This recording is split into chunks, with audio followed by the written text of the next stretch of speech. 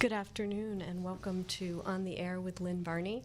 I'm here this afternoon with my guest Trevor Hines, and he's from the First Lieutenant Derek Hines Soldiers Assistance Fund. And we're going to talk a little bit about the fund and also the upcoming race that's going to be on Saturday. So welcome, Trevor. Thanks for coming. Oh, thank you. Thank you very much for having me today. And so let's just, I guess, jump right in. And I know that you're the president of the Soldiers Assistance Fund. So can you tell us a little bit about the fund? Sure, absolutely. So the fund was actually started back in shortly after Derek was killed in 2003. At that time, we had a group of kind of the hockey community and different individuals from around the local community, uncles, aunts, family members, kind of a whole different host of people that got together and decided that they wanted to do something to remember Derek and honor Derek. And at that time the wound was still very fresh for my family, and we kind of said, hey, at this point we want to take a hands-off approach. We don't want to be involved. You guys can do whatever you want, and we will certainly show up, but it's just too soon for us. And that first year, they hosted a golf tournament about 3 months after Derek was killed, and the amount of the turnout that we got at that first event was just tremendous. We raised a huge amount of money, and then heading into that winter, we as a family kind of met and got together and said, well, now that we have this money, we need to really do something with it, and so at that point we decided to establish the foundation that we have today, and our goal has been the same from day one. It's a goal that was something that Derek believed in. While he was serving overseas in Afghanistan, any time that one of the men who was serving for him was injured or hurt, his biggest concern was getting someone to go and visit him wherever they ended up across the United States. He wanted someone to be there, no matter who it was. He would call friends in Houston, in Washington, D.C., in Seattle. Hey, one of my men was injured. Can you go visit him? His family can't afford to be there for him. So our mission as a foundation was to help local soldiers who were wounded while on active duty. And initially, a lot of the work that we started out doing was with a lot of physically wounded soldiers. So, early on in the stages of both the war in Iraq and Afghanistan, so many people were coming back after being hit by IEDs and things like that. So we have, worked with a lot of different families who were struggling with amputations and things like that, and trying to get a more upgraded prosthetic or whatever it may be. And then in the recent years, now that a lot of those injuries have kind of subdued a bit, we've been focusing a lot on the mental side of helping out soldiers. It's it's a staggering statistic, but over 20 veterans a day commit suicide, and that's something that our family has been really directly involved in at this point now through the work that we do. Sadly enough, we've, as a foundation, we've had to pay for quite a few funerals for families of soldiers who have committed suicide. And it's, it's a fact that it's a figure that we as a family are trying to do our best to change. And, a lot of the efforts that we've focused on our fundraising money to now have gone towards organizations that help to combat that. We have partnered for the past 7 years with the Home Base the Home Base program at Massachusetts General Hospital. Mm-hmm. They are the forefront, leader of PTSD research and study in the U.S. It's a great organization founded by the Red Sox management team, and the work that they've been doing is incredible. And they're a national organization, and we've been able to donate over $500,000 to them over the past 7 years. Wow. Through the partnerships we have with them. And then we also obviously it's a very local group, but we also like to support some of the smaller groups. We've partnered with a group called the Skate for the 22 Foundation, which the 22 going directly to 22 veterans a day who commit suicide, and that group was actually founded by a soldier who served with Derek while in Afghanistan. And the purpose of their organization is through hockey, which was something very important to Derek, as he was a hockey player when he was at West Point and his whole life. They aim to get veterans back into the sport of hockey and get them active again and get them back into an organization where they feel that camaraderie that they did while they were serving overseas. And we were one of the first kind of initial donors for that foundation when they kicked off, and they've grown from a handful of guys to over 400 athletes across New England. So we like to feel pretty strongly that we were very much responsible for getting them kind of off the ground and running. Mm-hmm. Is there a particular organization that this year's race is going to be some of the proceeds will be going towards, I guess? Sure, yeah, absolutely. So this year we will continue to support home base as we have for the past 7 years. Yep. And we not only do we feel that the money that goes towards home base is doing great things, but it's also they're such a great partner for us to have at the race, because there are so many people that may not know about them. And the really interesting thing about them is not only are they now focused on veterans of the global war on terror, but they've also focused some of their efforts back to Vietnam vets and Gulf War vets, and they now are accept patients from all of the conflicts that the U.S. has been in. And it's really, they tell stories about it all the time at their events, where you can have someone who's been, dealing with this for 30, 35 years, and may never have known, but never been able to put their finger on what it was. And so having a partnership with them and having them come out to our race every year and set up a booth and be able to kind of just get the word out there, even if it's, someone who is new to the area and comes down to the race and has an uncle that might be, in some other area that, hey, I saw this organization, it's really just a great word of mouth. So we'll be supporting them this year. And then there's also another organization who we will be supporting. That one we want to keep actually a little quiet for this year.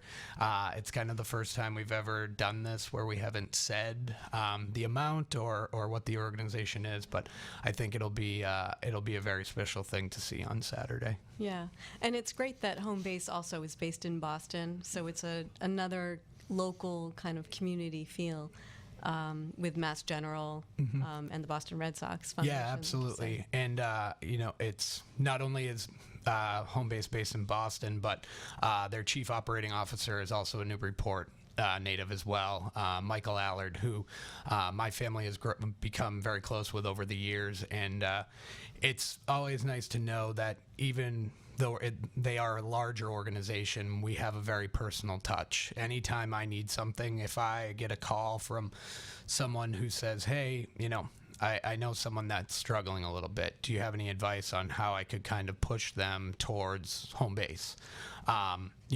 Michael's my first call. I pick up the phone, and he's the COO of the organization. He's a pretty big deal, and he gets back. If he doesn't pick up right away, he gets back to me within the hour, and he gets me set up with a veteran coordinator, and we get the ball rolling to try to seek help for that person.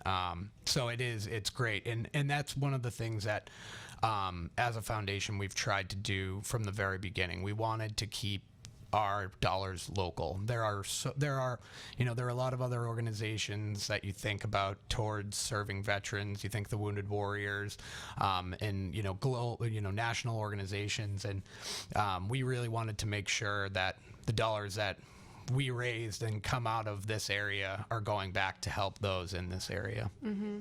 And it looks like you do deal with also a lot of different areas for veterans who are returning. Like there's one that's for the building of houses, Yep. especially accommodating them to whatever needs the veterans have. Exactly, and you know that was kind of to the point that I was making a bit earlier, where you know, that was a lot of the work that we did early on with the foundation, because there was so many people who were coming back with these traumatic injuries, and you know, we were able to provide things such as vehicles for transportation and you know, adaptive housing and things like that, where building the ramps for people, for soldiers who came back and needed things like that. So you know, and we've done a lot of work with kind of across you know, across all different areas. We've done a lot with Alpha Dogs organization, and so that's, you know, those are service dogs for veterans who come back and need that companion dog or some whatever that may be. The best thing, you know, about as our foundation has kind of developed, we've changed the structure of our board a little bit. So initially, as I was mentioning, it was a lot of people from kind of all different walks of life, a lot of people who were very involved in Derek's life. And as time went on, you know, the roles of myself and my brother and my sister became more, we became, you know, had a desire to be more involved. And we were kind of the ones who were the, you know, the most involved in the day-to-day operations. So we restructured our board a little bit. And the one great thing about kind of the way that we operate today is we have the ability to be very flexible in what we do. You know, our board is largely, you know, just our family, my mom, my dad, my brother, my sister, and our significant others, which is really, you know, when we want to take a vote on something, it gives us the ability to act quickly. You know, I can think of an example when my dad was driving to work one morning, and the Alpha Dogs example is actually from there. He heard on the radio that someone was in need of that they were in need of donations for 2 service dogs. He, you know, sent an email to us and said, "Hey, do you think we can make this happen?" We said, "Yep, let's go for it." We made it happen, and we're able to provide the financial assistance to provide those dogs to 2 soldiers. So yeah, it's great to be able to have that flexibility and be able to kind of put the money into causes we, you know, we as a family feel are right. Yes. And I'll just mention another one. I was Yeah. on the website looking at everything that you're partnering with. Sure.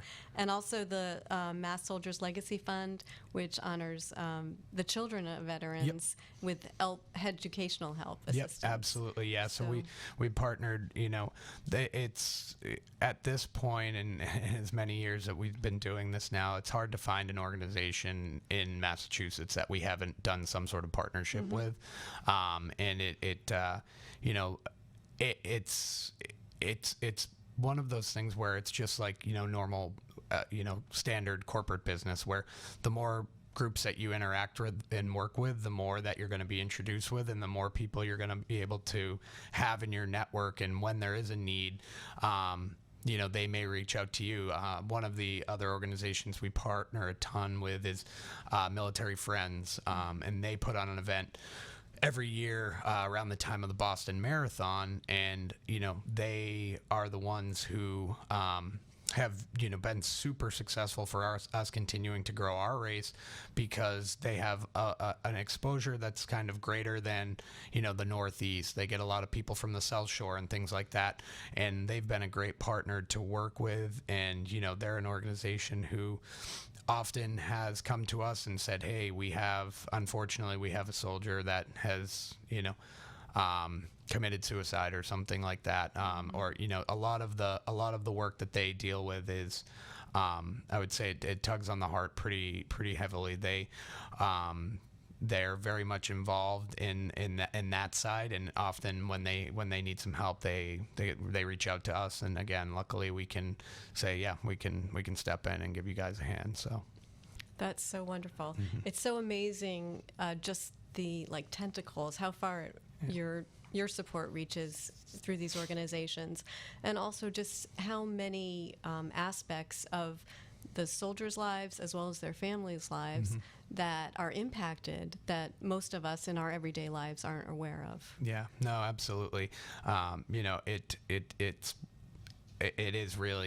remarkable to see, as I mentioned, how many different groups and organizations that we have worked with. And just what started out as, kind of a small group out of, Newburyport in the top right corner of the state. So it is really remarkable. Yeah, that you're able to reach so many people. Yeah. So one of your big fundraisers is the Flag Day 5K race, and that's this coming Saturday on June 15th here at Cashman Park. Yeah. And so about how much money gets raised this, by this event, and how big of a fundraiser is it for the organization? Sure. So it has become our primary source of fundraising.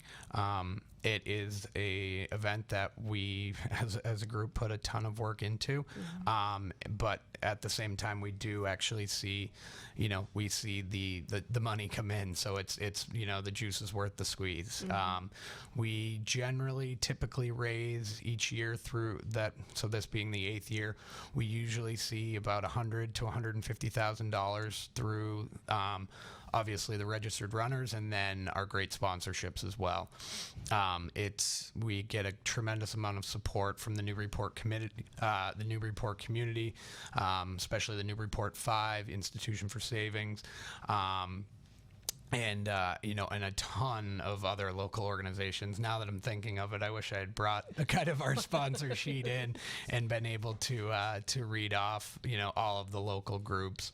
But Rochester Electronics, Matter Communications, Chetsis Insurance, the Black Cow. The list really just goes on and on and on. And most of these groups, in particular, Newburyport 5, they have been a group that's been donating for many years now, and in a tremendous amount.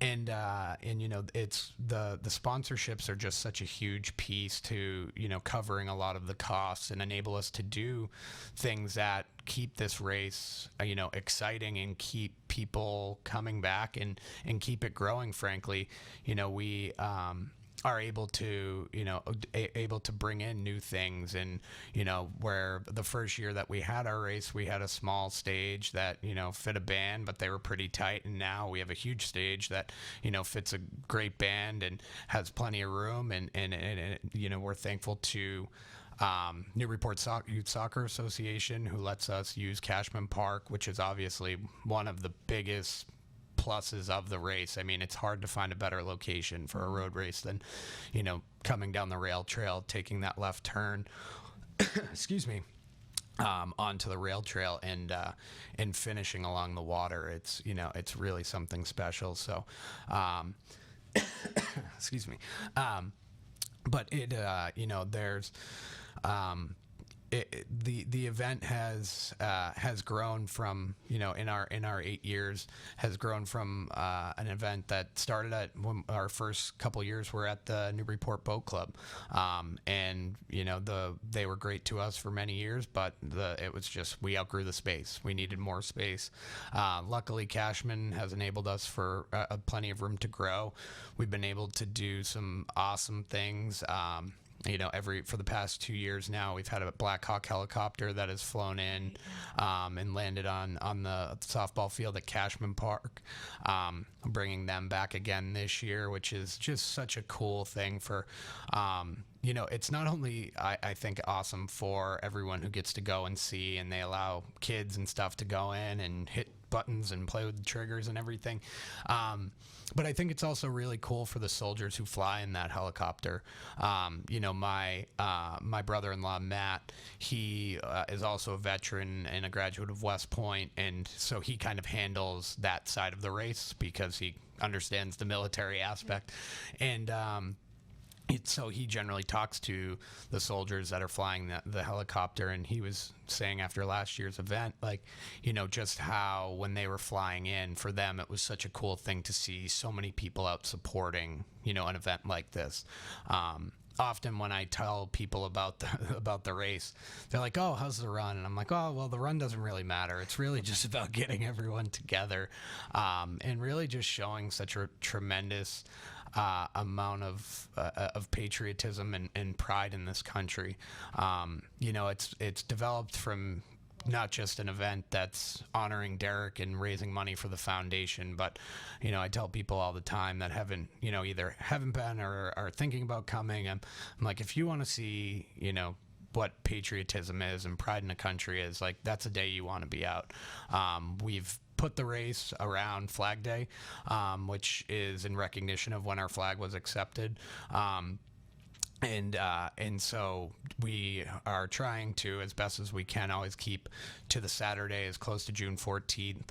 And what many people don't know about Flag Day is it kind of has a dual purpose, because it's also the birth of the U.S. Army. So given that Derek was in the Army, it really kind of has dual purposes. And my Uncle Al was the one who, when we sat down and decided we wanted to do a road race, was the one who suggested Flag Day. And it just really has worked so well, because you get all of the people who are out waving flags, and you drive the loop of the race a couple days before, and I don't know if other people in the town notice, but we certainly notice that there's a lot more flags out. Mm-hmm. Which even that is just so special, for, Thursday night, we like to go out and put door tags on to let everyone know, hey, there's going to be a road race. You might have brief interruption around your house. And it serves kind of as a good reminder to them to, hey, maybe put your flag out this weekend. But it, it really is something special. So. Yeah, it's a great race, and I've had the pleasure of running it the past 5 years as well, and participating with your mom in the Couch to 5K to get some of us off the couch and out there doing something great, too, for a good cause. And it's such a community event, because even just all of the people at Cashman Park, there are just as many non-runners as there are runners, and family and friends that are there supporting the people and cheering you on, and absolutely enjoying the great band that you have. No, it's funny you bring up my mom and the Couch to 5K, because I think she recently just announced that she might be stepping down and doing it, as it's just become it's a lot for her. And it means so much to her, and the race as a whole means so much to her, and she's a very emotional person. Even before everything with Derek, she was a very emotional person. It's remarkable what she's done. This is the 8th year where she's done a Couch to 5K program, and trained tons of runners from the local area, and it's something that she really does enjoy. And I mean, I don't know how she has done it for as many years as she is. She never stops. Her engine is constantly running. But no, I mean, the stuff like that is really what makes it into such a great community event. We have so many people from so many different walks of life that all come down, and to, exactly to your point, you don't have to run. Even if, there's plenty of people. I have friends who have had, ACL surgeries or something like that, and they can't run, and they're, every year they're like, well, I came last year, I ran last year, I'm going to be there again, because it is just such a great event. With, Seaboard Products has been a great sponsor for us, and Budweiser and Michelob Ultra, and they have, really added another aspect to it, where you can come down, have a cold beer after you run. Even if you don't run, you can have a cold beer and listen to the music. And as I was mentioning earlier, it's tough to beat that that scene on right on the water there. And I think that's what we aim for. We want it to be an event that people want to come back to, people enjoy, people look forward to. I mean, one of the best things you can do is, there's sometimes different polls or different things that get posted on Facebook, and when you see someone write what's the best race in the North Shore, and you see, the Flag Day 5K or something like that, it's cool to see and know that not only are you putting on an event that's raising a lot of money, but hopefully opening people's eyes to to kind of remember why, and thank those that have, both have served and have been lost. I think one of the truly special things about our race is the way that we structure it, and that We have, every year we have a pretty awesome cast of people who speak before the race. Last year and for the past, probably 6 years now, we've had a Medal of Honor recipient, retired Staff Sergeant Ryan Pitts, who's from New Hampshire, was also a member of the 173rd, which Derek served with. Wasn't on deployment with Derek, but he's become a great friend of our families and of the foundation. And I mean, I don't know if some people realize how incredible having a Medal of Honor recipient at an event like this is. Considering there's only a handful of living Medal of Honor recipients. I consider myself, I've now met 3, and I consider myself, incredibly lucky to have met 3 of them. And largely the reason that I've met them was they're all 173rd Airborne members, so they've supported various causes that we've been a part of over the years. And and then last year, for the first year, we had Governor Baker at the race, and that obviously is a really cool thing for so many people to see. The governor be out at an event in Newburyport. We get a tremendous amount of support from the local politicians, Mayor Donna Holliday, State Rep Jim Kelcourse, Director of Veterans Affairs Kevin Hunt, really just everyone who's kind of in the area. Even we pull in a couple other state reps, Jerry Paracello, the rep out of Beverly. He's been at the race every year, and then every year we try to do one other thing that's kind of different than previous years, and this year I think we have something that could really be pretty moving for a lot of people. We're bringing in a jumbotron video screen that is again, going back to, we can be able to do things that keep people coming. And so we're actually have launched, and it will be on Thursday morning, but in Vicenza, Italy, the 173rd Airborne will be running a satellite race. So that is where Derek was stationed before he was deployed in Afghanistan. And I was reached out to from a contact who served with Derek, who's now back in Vicenza. And they've made it a battalion event. So there'll be over 600 runners that are going to be doing a Flag Day 5K in Italy. And they are filming all of that, producing a video full of interviews and different things that really should be, pretty special, just to see, again, what the reach of our foundation has become. And we actually added to our registration site to kind of play off of that, but we have an option, an optional remote runner donation of $20. So, in the past couple of years, we've had people who have sent pictures of them with their running bibs from years prior, be it in Portland, Oregon, or I had a friend last year who was in Switzerland or wherever they may be, where, now we can say, hey, well, whoever wants to kind of continue to donate and show their support, we give them, because for years past, a lot of them have donated to the full registration fee, which we're like, well, all right, let's make sure they have a little bit of a cheaper option. So I think that will be, really a special thing for people to see. I think that especially the interview piece, and just seeing a unit of such a large unit of men, women in the military supporting someone who was lost before them should be pretty special. It sounds like it. Yeah, it sounds fantastic.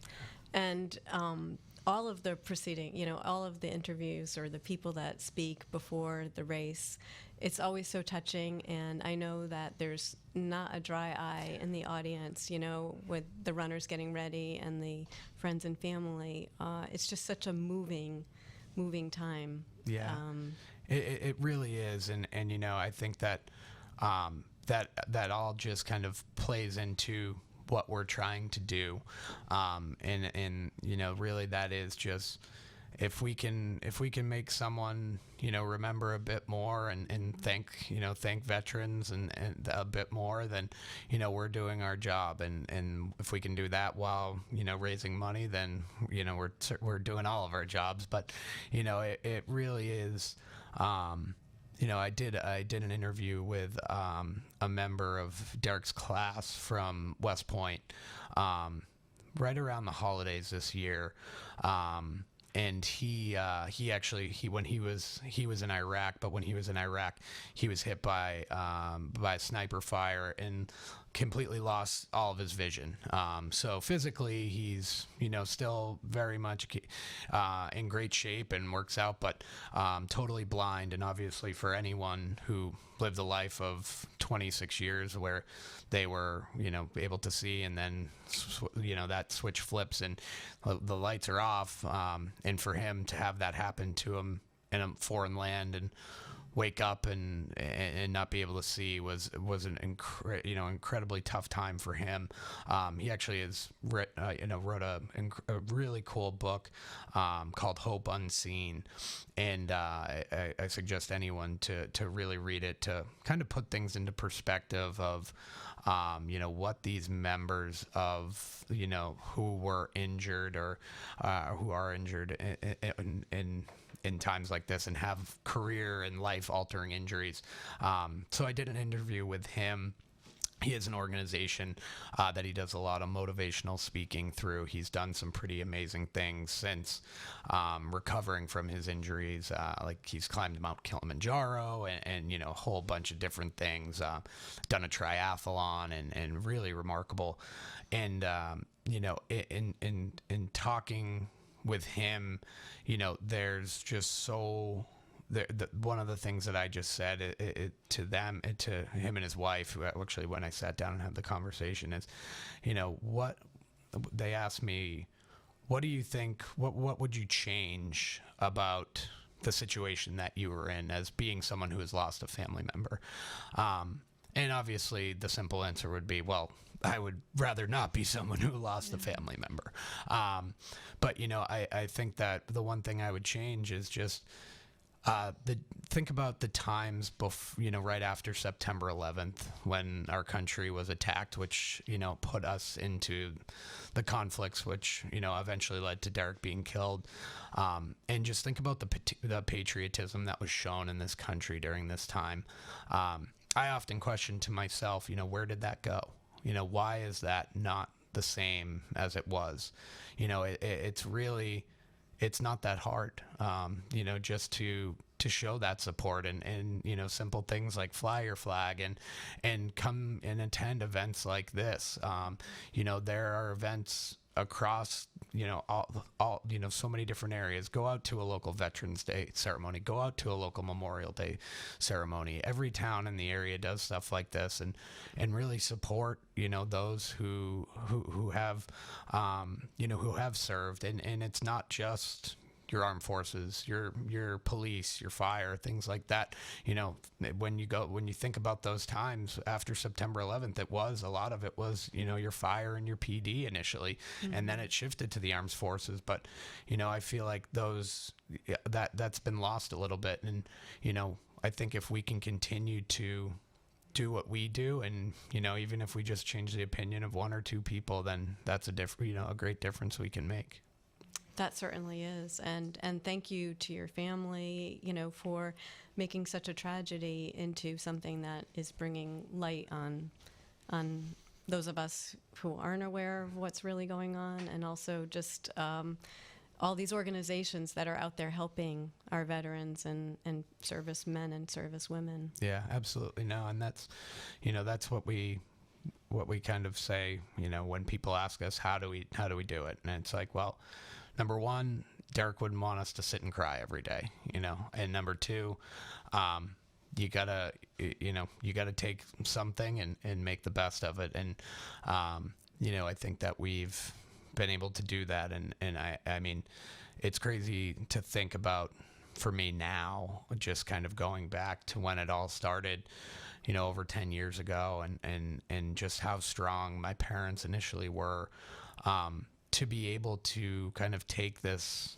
on and really run with something after literally the worst situation, anyone can imagine happens to them, having to put, their child, in the ground. It's something that no one ever wants to have to do. It's, and they are just two of the, strongest people that I know. They are, I think everyone in my family my brother and sister would say that, they set the best example for us and took us, to your point, took one of the worst situations you could have and make something great out of it. And that's a legacy that the three of us want to continue with. And that's what we're trying to do. And you're certainly doing a great job at it. All of you are. Yeah.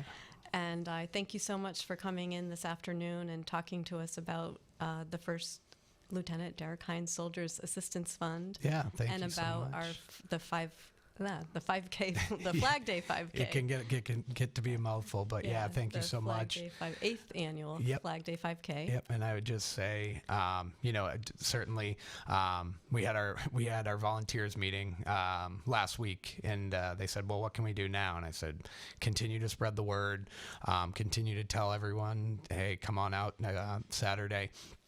It's really a great event. We start at the opening ceremony starts at 3:15, and we usually kick the race off right around 4 o'clock. And then, it goes until it goes. We wrap up when everyone's kind of left. Pray for good weather, and we hope to see everyone out there. So thank you. Thanks so much for coming in, and we'll see everybody on Saturday. Great. Thank you. Thanks for listening to On the Air with Lynn Varney and my guest Trevor Hines. Have a great day.